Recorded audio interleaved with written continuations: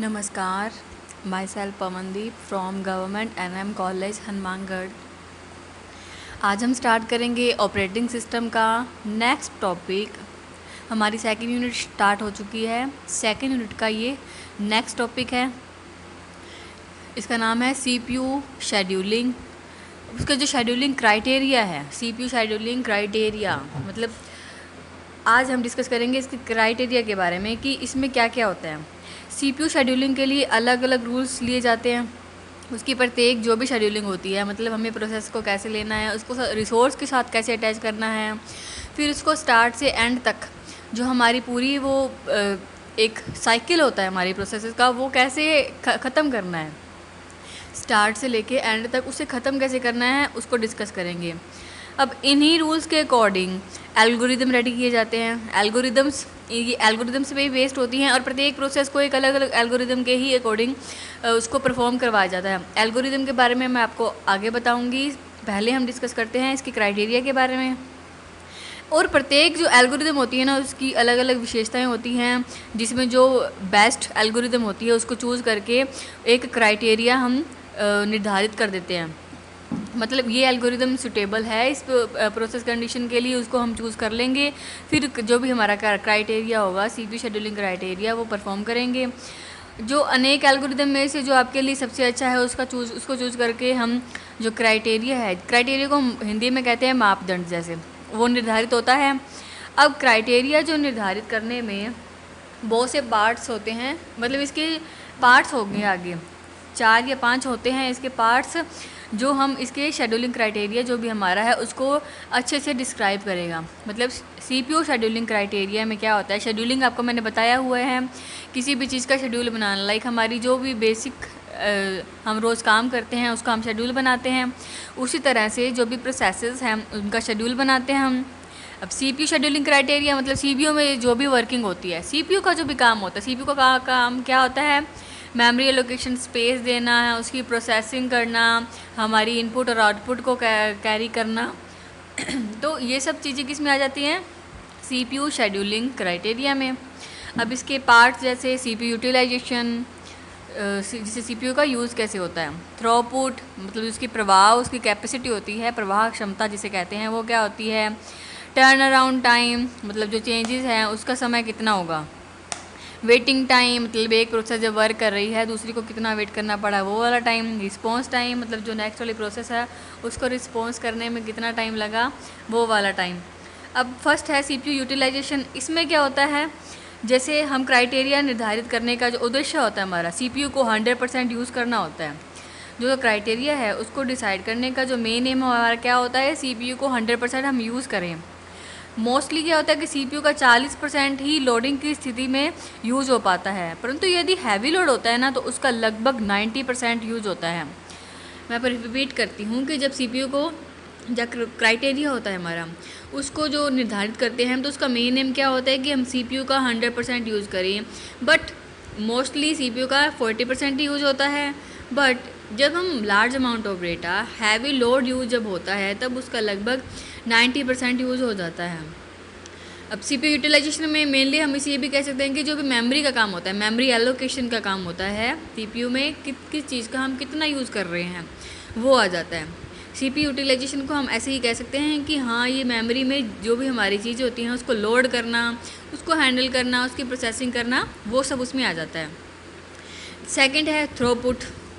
Throughput time में क्या होता है, जब किसी प्रोसेस को पूरा करने के लिए एक जो हम टाइम पीरियड है वो डिसाइड कर देते हैं। मतलब एक प्रोसेस है P1, उसको कंप्लीट करने का टाइम मैंने डिसाइड कर दिया 10 mm, तो उसको 10 mm में अपनी जो भी वर्किंग है वो कंप्लीट करनी होती है।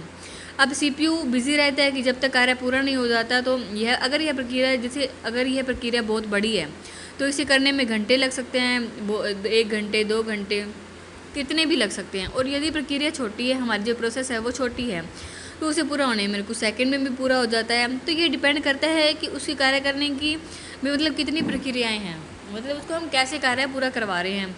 थ्रूपुट टाइम क्या होता है कि जब P1 और P1 वर्क कर रही है, P1 है रनिंग स्टेट पे और P2 है वेटिंग स्टेट में। जब एक प्रोसेस के काम कंप्लीट हो जाता है ना, एक प्रोसेस का काम मैंने P1 को अलाउड किया 10 सेकेंड, तो उसे 10 सेकंड में अपना काम कंप्लीट करना होता है। अगर वो पूरा नहीं कर पाती तो क्या होता है, वो एक इंटरप्शन आने के कारण वो रुक जाती है और हमारी इक्वेशन जो है रनिंग वाली वो कहाँ चली जाती है, नेक्स्ट प्रोसेस पे। मतलब P2 आ जाएगी रनिंग पे और P1 आ जाएगी जो हमारा काम कंप्लीट हो जाएगा, ये इंटरप्शन के कारण रुक गई है उस पर।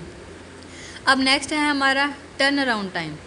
टर्न अराउंड टाइम में क्या होता है कि जब किसी कंप्यूटर के द्वारा किसी प्रोग्राम को एग्जीक्यूट किया जाता है, हमारा जो भी सिस्टम होता है उसके द्वारा प्रोग्राम को एग्जीक्यूट करते हैं हम, तो उसका एग्जीक्यूशन टाइम फिर कंप्यूटर की कितनी कैपेसिटी है उस पर निर्भर करता है। और अगर कंप्यूटर में अच्छी स्पीड का प्रोसेसर यूज़ किया गया है तो वह प्रोसेस बहुत स्पीडली ख़त्म हो जाती है। मतलब अगर हम हाई क्वालिटी की चीज़ें यूज़ कर रहे हैं, जो प्रोसेसर है हमारा हाई क्वालिटी का है, तो क्या आएगा, वो काम जल्दी ख़त्म कर देगा। और प्रोसेस के लिए कितना समय लगना है इसकी जो कैलकुलेशन है वो भी आवश्यक होती है।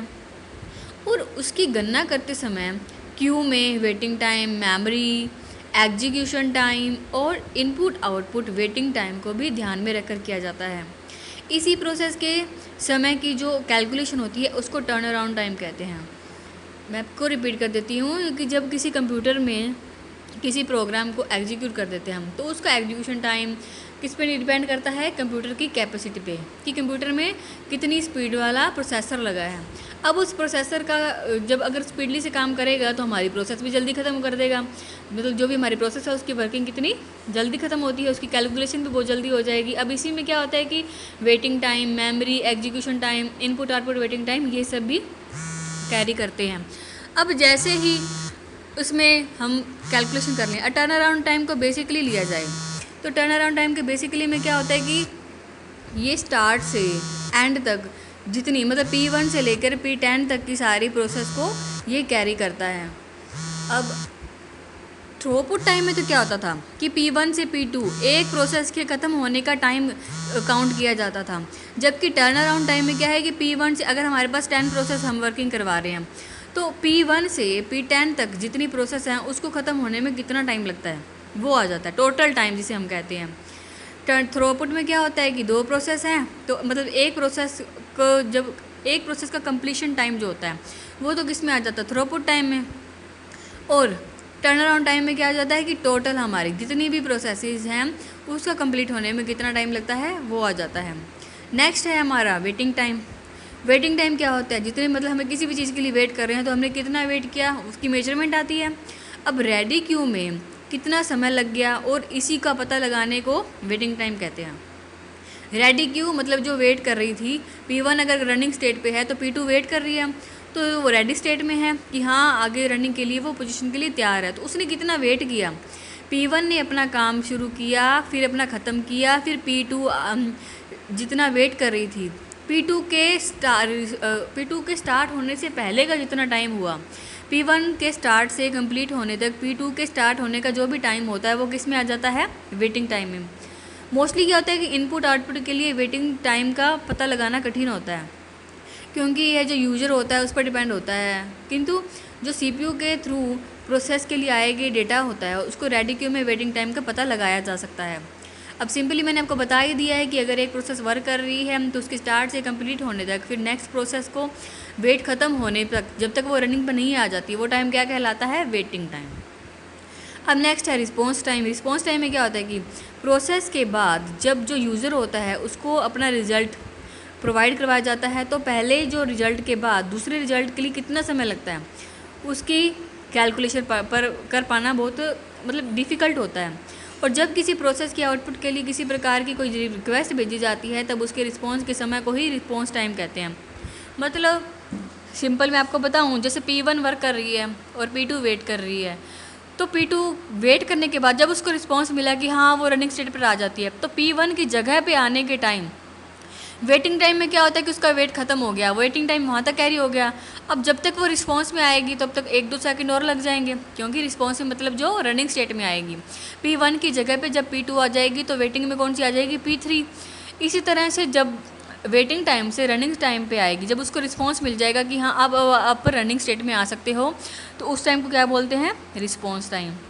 मैं रिपीट करती हूँ, CPU यूटिलाइजेशन मतलब CPU का कितना % हम यूज़ करते हैं वो आ जाता है। थ्रूपुट टाइम में क्या आ जाता है कि एक प्रोसेस के कंप्लीट होने से दूसरी प्रोसेस के वर्क करवाने तक जो एक प्रोसेस का कंप्लीशन टाइम होता है वो आ जाता है। टर्न अराउंड टाइम में क्या होता है कि जब एक प्रोसेस से जितनी भी हमारी प्रोसेस हैं उसको वर्क होने में कितना टाइम लगा वो आ जाता है। और वेटिंग टाइम में क्या होता है कि जब एक प्रोसेस वर्क कर रही है और दूसरी वेट कर रही है तो उसको कितना टाइम लगा वो आ जाता है। मतलब वेटिंग जब तक वो रनिंग पर नहीं आ जाती उतना टाइम, ठीक है।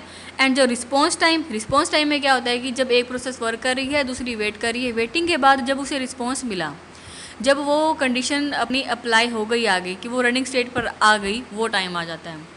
आज हमने डिस्कस किया CPU scheduling criteria. Next topic हम डिस्कस करेंगे आगे। धन्यवाद।